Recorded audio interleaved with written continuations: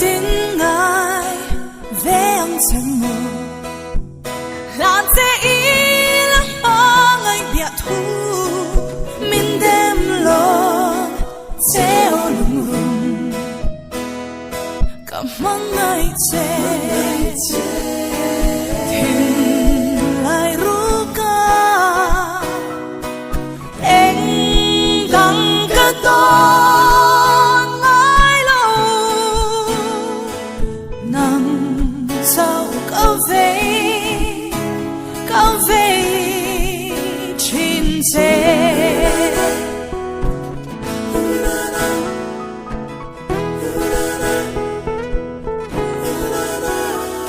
im mang ngày cả em lâu chu lung ti ôi tuan nông xì lâu mình giọt là cả suy lung ru cảm ơn ngày chê hình lại ru ca anh đang cất đón ngài lâu nằm sau câu về trên xe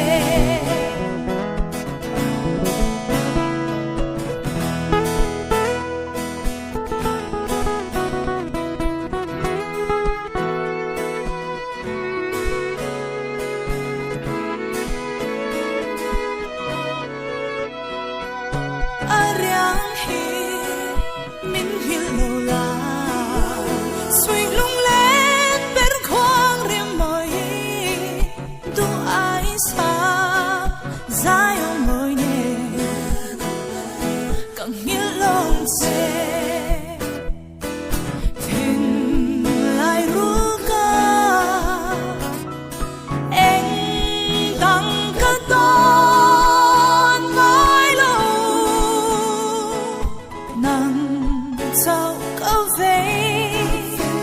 câu về trên xe nằm sau câu về trên xe